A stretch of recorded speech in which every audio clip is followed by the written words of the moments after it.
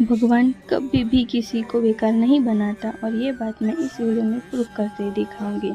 तो एक गांव में एक बूढ़ा आदमी था जो हर दिन एक पुराना खाली मटका लेकर नदी से पानी लाता था। पर सब लोग उस पर हंसते थे। क्यों?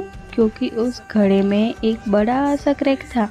लेकिन एक दिन उस क्रैक का सच सामने आया और सब लोग शर्मिंदा हो गए। मैं आपको कहानी सुनाती हूँ। एक छोटे से गांव में हरी काका नाम का एक बूढ़ा आदमी रहता था। हर सुबह वो 2 घड़े लेकर नदी से पानी भर के आता था। एक घड़ा बिल्कुल ठीक था और दूसरा घड़ा थोड़ा टूटा हुआ था।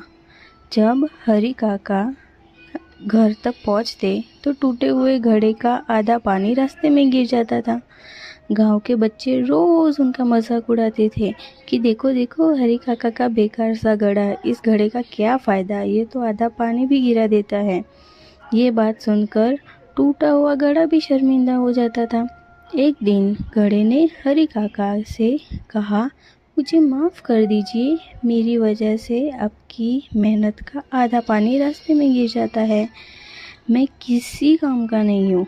हरी काका मुस्कुराए और बोले कि कल जब हम नदी से वापस आएंगे ना, तो तुम ध्यान से उस रास्ते को देखना। अगले दिन जब वो वापस आ रहे थे तो घड़े ने उसी रास्ते पे ध्यान से देखा कि रास्ते के एक साइड पर सुंदर रंग बिरंगी फूल खिले हुए हैं और बहुत सारी तितलियां उन पे उड़ रही है। घड़ा हैरान हो गया। हरी काका बोले, ये फूल तुम्हारी वजह से उग रहे हैं। मैं जानता था तुम टूट गए हो, इसीलिए मैंने रास्ते के उस साइड फूलों के बीज लगा दिए थे। रोज तुम्हारा गिरता हुआ पानी इन फूलों को जिंदा रखता है। इसी तरह जिसे दुनिया टूटा हुआ और बेकार समझती थी, वही किसी और के लिए जिंदगी और खूबसूरती का रीज़न बन गया।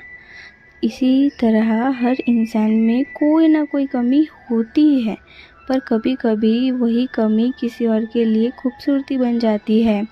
इसीलिए कभी भी खुद को कमज़ोर या बेकार मत समझो।